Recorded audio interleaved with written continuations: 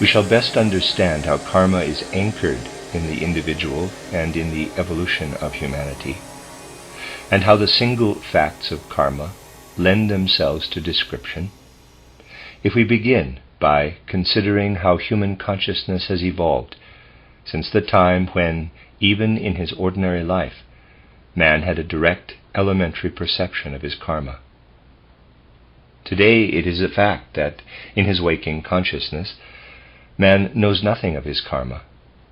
The world in which he lives, from awaking to falling asleep, prevents him from having any direct knowledge of his karma. But humanity has not always lived in the state of consciousness that is considered normal today. In olden times, moreover during the earlier post-Atlantean periods of evolution, quite different states of consciousness prevailed, even in the everyday life of man. There are three states or conditions of normal consciousness today.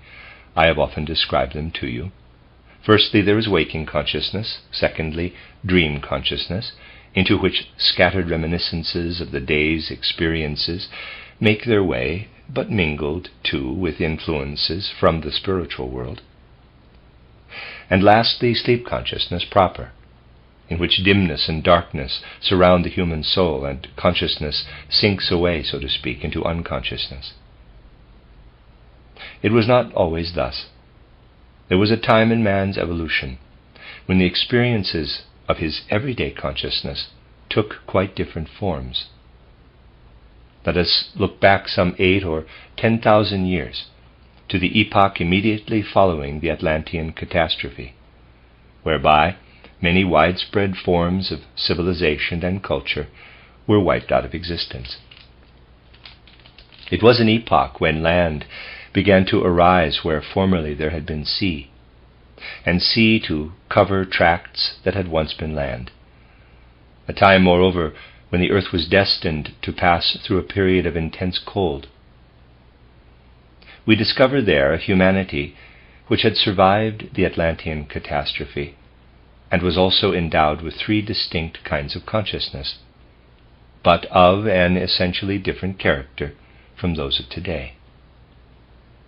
The prosaic, everyday consciousness of modern man in his waking hours, by which he sees other human beings and the creatures and happenings of nature in sharp outlines, this the men of those ancient times did not possess.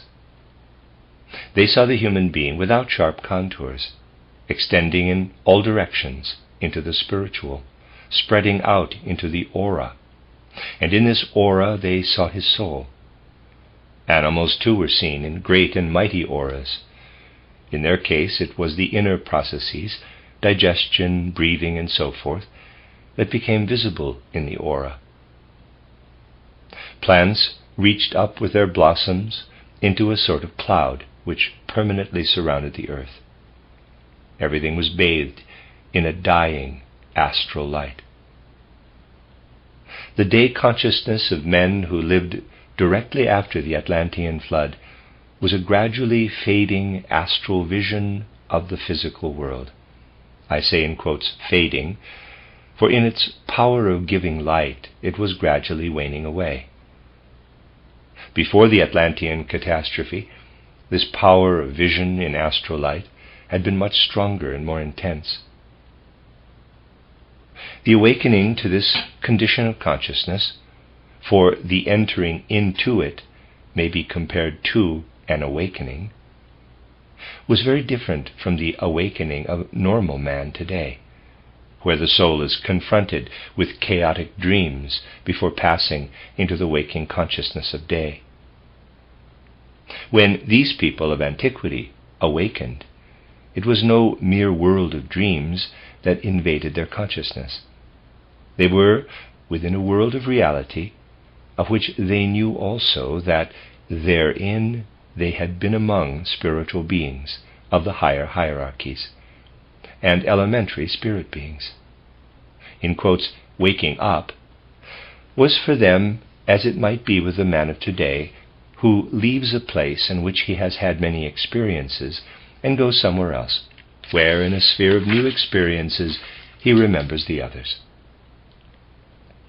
When in those ancient times a man entered waking life, he had the new experiences of day. But the remembrances remained with him of how he had been in another world, with other beings, not with the physical human beings who, together with the plants and animals, are generally around him, but with disembodied human souls living between death and a new birth, and with other beings too, who never incarnate on the earth. Man felt that he had departed from beings dwelling in the cosmos, and was now placed into another world, into the world of physical experience, between birth and death.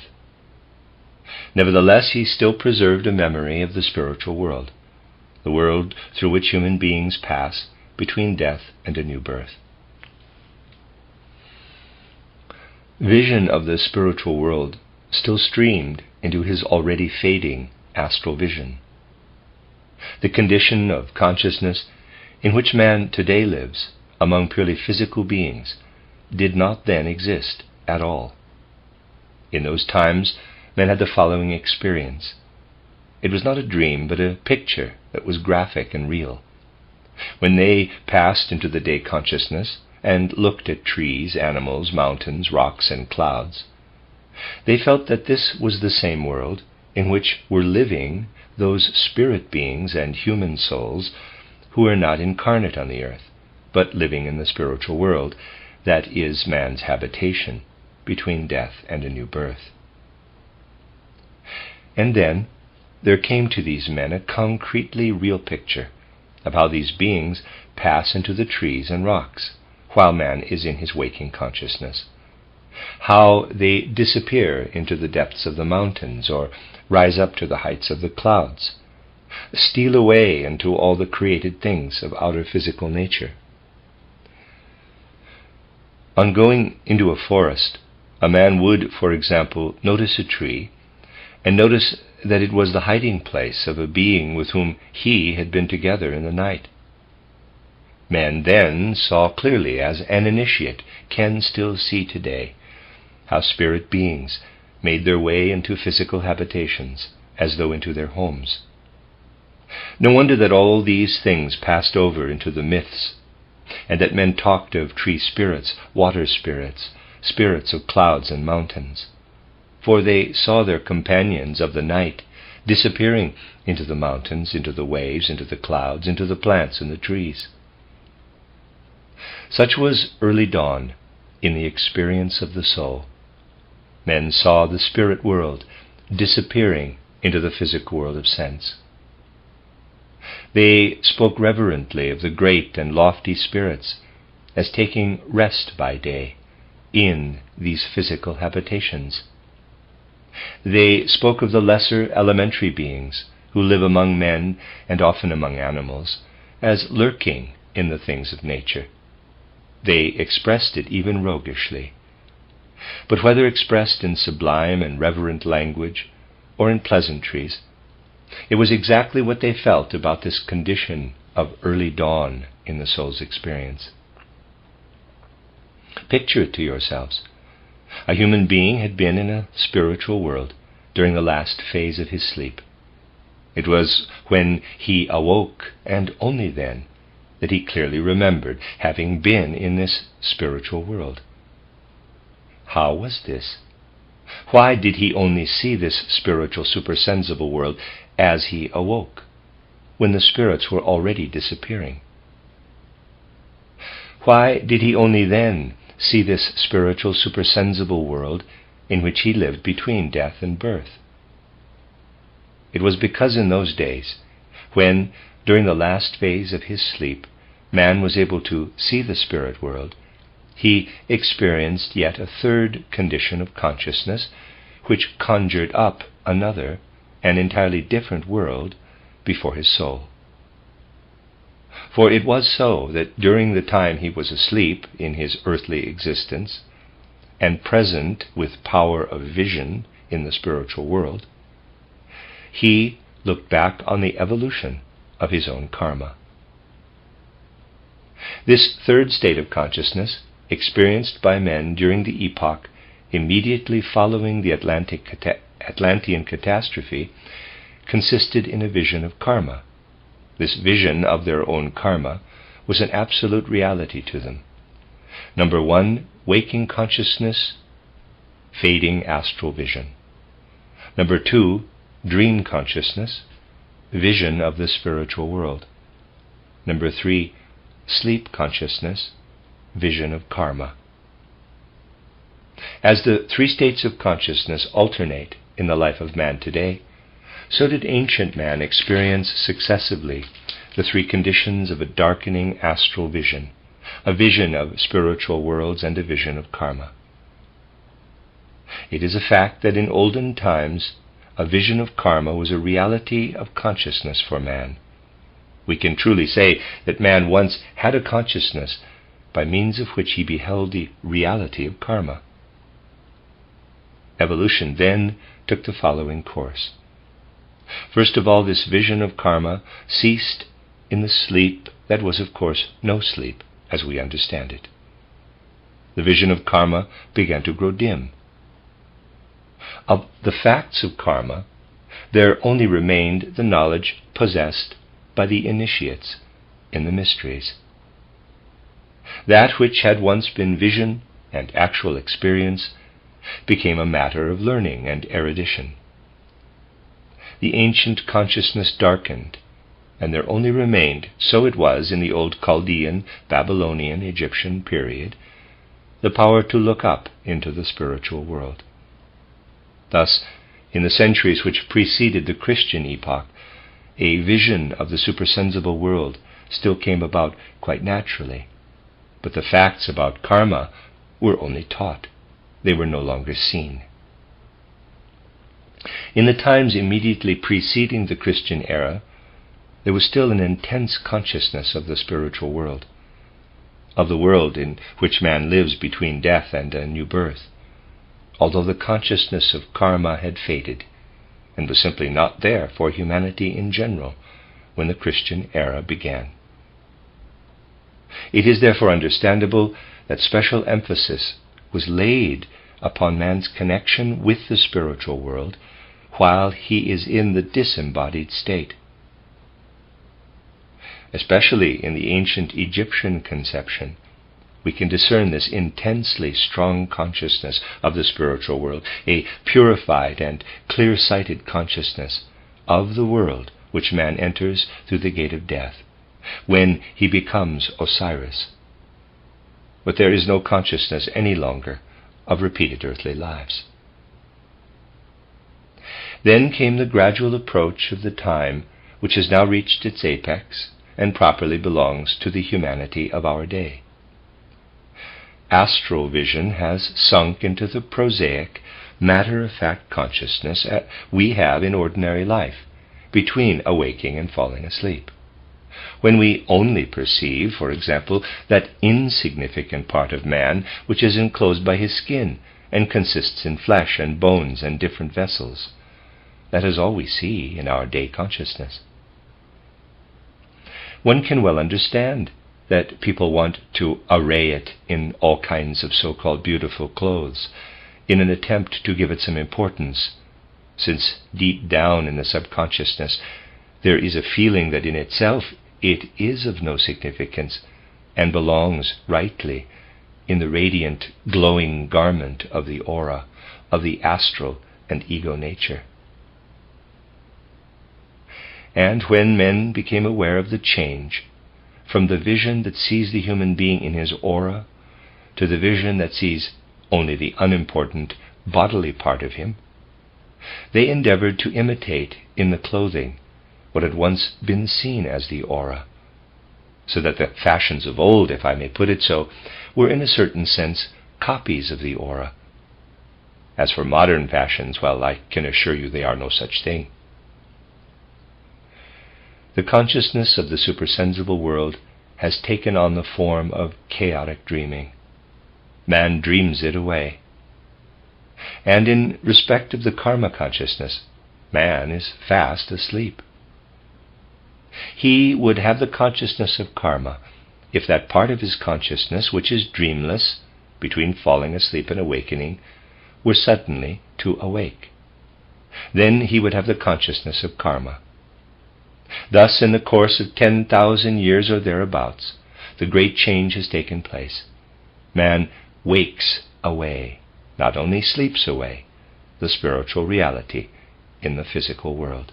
He wakes away the spiritual in nature. He dreams away the true spiritual world. He sleeps away his karma. This development was necessary, as I have often told you, in order that the consciousness of freedom might arise.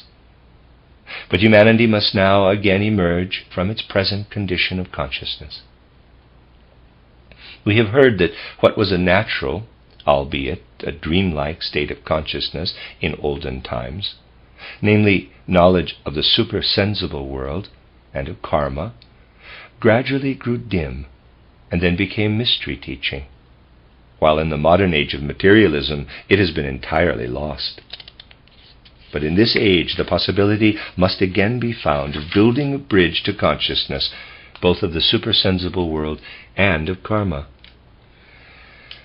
This means, in other words, when we picture to ourselves how in olden times and at early dawn, the spirit beings with whom man lived from falling asleep to awakening hid themselves in trees and clouds, in mountains and rocks, so that in the day man could say to himself, when he saw a tree or a rock or a spring, quote, "A spirit has been enchanted into it, a spirit with whom I was together during my sleep consciousness," close quote. So now, by accepting the new initiation science, we must learn in our present-day consciousness to recognize this spirit. And as we look at every rock or tree or cloud or star, or sun or moon, to recognize the spiritual beings in all their diversity. We must set out on the path that leads to this. We must prepare for the time when it shall be even so. As truly as a man of olden time, on awakening, saw the spirit beings with whom he had lived during the night steal into the trees and rocks, so truly for modern man shall the spirit beings steal forth again from tree and rock and spring. It can really happen, and in this way. A man can lay aside the standpoint of ordinary prejudice in which he has been living, into which even children in the kindergarten are led today. He can put aside the prejudices that make him imagine he cannot with healthy human understanding see into the spiritual world. And when the initiate comes and tells of things of the spiritual world and of events that happen there, then, although he cannot yet himself see, nevertheless, by making use of his unprejudiced human understanding, he can be enlightened by the communications that are given concerning the spiritual worlds. This is indeed, and under all circumstances, the right first step for each one today. But difficulties are always cropping up. Last year, after one of my lectures on how to attain knowledge of the spiritual worlds, a well-meaning paragraph appeared in a newspaper of some standing. We can really call it well-meaning and even respectable as compared with many vehement expressions of opposition to anthroposophy today. In this lecture I had pointed out that there is no need to become clairvoyant in order to have knowledge of the spiritual world, but that when the seer imparts the knowledge, it can be received and understood by the healthy human intellect. I had emphasized this very strongly. The man who wrote the paragraph said in all good faith, quote, "Steiner wants to apply the healthy human intellect to knowledge of the supersensible world. But so long as the human intellect remains healthy, it can certainly know nothing of a supersensible world. As soon as it does, it is no longer healthy." Close quote. I think I have never heard it put so honestly before. For it is, after all, what everyone is bound to say if he denies to the healthy human intellect a knowledge of the supersensible world. And if he speaks in the usual way, of the boundaries of knowledge. Either he must give up the present point of view, or he must agree with this assertion. No other way is really honest. A modern initiate can speak from clear and conscious knowledge of how from every star a spirit being is released, of how other spirit beings are released from plants. They come forward to meet us as soon as we pass beyond external sense observation. Every time we go out into nature, we may see all around where nature begins to be a little elemental, kobold-like elementary beings coming out of their stony shelters. If we become friendly with them, especially with the elementary beings of the mineral world, we can see behind them higher beings who finally lead up to the first hierarchy, to the seraphim, cherubim, and thrones. It is a fact that if the exercises given in my book titled Knowledge of the Higher Worlds and Its Attainment, also known as Knowing Higher Worlds, are practiced regularly with strong inner energy, selflessness, and devotion, they will lead, provided we have the necessary courage, to a new power of perception. We become able to see, for instance, in certain strata of the mountains, whole worlds of elemental beings lying hidden in rock and stone. They come forth on every side. They steal out, they grow big, and we discover that they have only been, as it were, rolled up and packed tight into these fragments of the elementary world. Beings are present in the mineral kingdom of nature, especially where the earth begins to grow green and feel so fresh that we can scent its aroma and the aroma of the plants that cover it. But when we enter this sphere of elemental beings, we find that they can indeed inspire us with fear. For the beings we thus encounter are incredibly clever.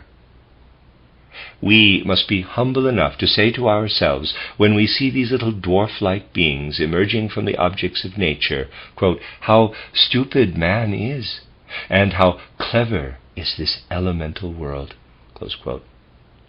And because many do not like to say this in earnest, do not like even to admit that judged by spiritual perception, a little newborn child is much wiser than a learned scholar, therefore these elementary beings withdraw from man's vision. If, however, we can discern them, the horizon is widened and the foreground opened up to us by these clever, playful little sprites, leads away into a background that reaches right up to the seraphim, cherubim, and thrones. Thus, by means of the exercises to which I referred, a man whose consciousness has been made clear and quick by the study of what humanity has learned through modern natural science can enter this world of elemental beings, and thence a higher world. If by a loving surrender to nature we thus acquire a consciousness that is not, quote, sicklied or, close quote, by the authority-ridden knowledge that holds the ground today, we may gradually rise through initiation knowledge to that knowledge which humanity has lost. And he who eventually attains the faculty to see the tree spirits come forth from the trees, the same that the ancients saw stealing away in the dawn and darting out again in the evening twilight, he will also be able, as he approaches a human being, to see emerge from him the figures of his earlier lives, together with the evolution of his karma. For this kind of vision leads on to a vision of karma. In the mineral world, where at first we perceive the clever, mischievous little dwarfs, the vision leads us to seraphim, cherubim, and thrones. In the plant world, the vision leads us to the exousiae, dunamis, and kuriotetes. In the animal world, when we see emerge from the animals their own spiritual beings, we are led to a vision of the archai, archangels, and angels. And in the human kingdom, the vision leads to karma. Behind the manifestations of the seraphim, cherubim, and thrones, behind all the other beings of the higher hierarchies, behind all the elemental nature spirits who startle us by their cleverness when they dart forth from the minerals, or who come to meet us with their gentle importunities from the plant world, behind all that comes from the animals, fierce, passionate, and violent as that may be at times, and also icy cold, behind all that stands here, so to speak, as a foreground, we face the overwhelming, the sublime manifestations of karma. For behind all the mysteries of the world, there lies in truth the great mystery of human karma. Having thus prepared our hearts and minds in the right way, we shall pass on in the remaining lectures to speak of particular facts of karma.